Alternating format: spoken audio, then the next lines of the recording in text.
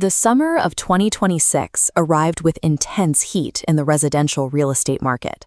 Across the country, buyers were throwing cash into what looked like an unstoppable engine of consumption. This animated bar chart shows the reality on the ground in New Hampshire for July 2026. The median price for a single-family home sits at $580,000, while this trend line reveals a 20.6% year-over-year surge in total sales volume. By any traditional measure, numbers like these indicate a market running at maximum capacity. When prices climb alongside a surge in total dollars spent, it signals highly competitive, aggressive bidding. On paper, this high demand and soaring volume paints a frantic picture, where buyers bid with urgency and houses disappear in hours. But digging past the top-line numbers into the July report reveals a sharp contradiction. The metric known as days on market, which tracks how long a house sits before an offer is accepted, is moving in the opposite direction. Looking at this dual bar comparison, we can see the extent of the slowdown. Single-family homes are sitting empty 9.5% longer than they did a year ago, while the transaction time for condos has jumped 20%. We have one of the most expensive and high-volume real estate environments on record, yet properties are suddenly stalling before anyone signs a contract. This raises a central question. How does a housing market push total sales volume up by 20%, while the actual speed of those transactions hits the brakes? The answer starts on the supply side of the equation. We have to look at the increasing number of keys being handed over to listing agents. This area chart tracks the influx of properties.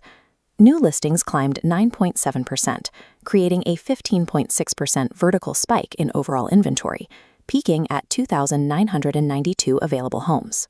We measure this using months supply, which has steadily crept up to 2.7 months.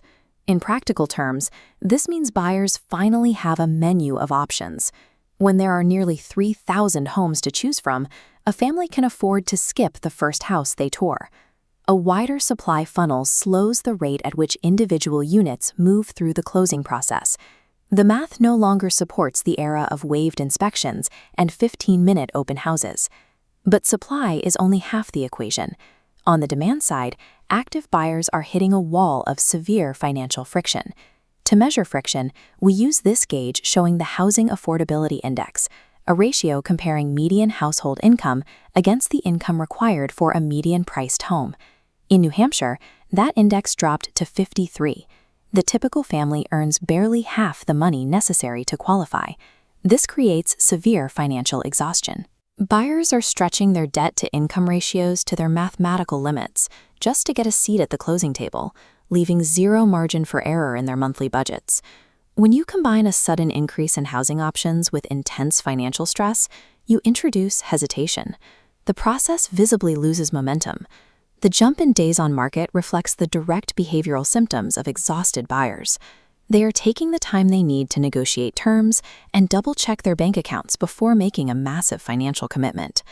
While slowing transaction speeds and cautious buyers may look like the start of a housing crash, the data suggests otherwise. Look at these two metrics side by side. Despite the extra days sitting on the market, actual closed sales have jumped 10.4%.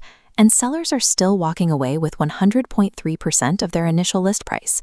The current data tracks a distinct shift in market velocity. Asset values are holding steady, but the speed of the transaction has changed. The pandemic-era housing market was defined by frantic, sight-unseen bidding wars fueled by cheap debt. Today, the debt is expensive, the inventory is higher, and the pace is deliberately cautious. Buyers are paying higher final prices than ever before, but they have finally regained a crucial bit of breathing room to evaluate their purchases. Residential real estate remains highly valuable. However, the era of the guaranteed, frantic weekend sale has been replaced by a market that demands patience from everyone involved.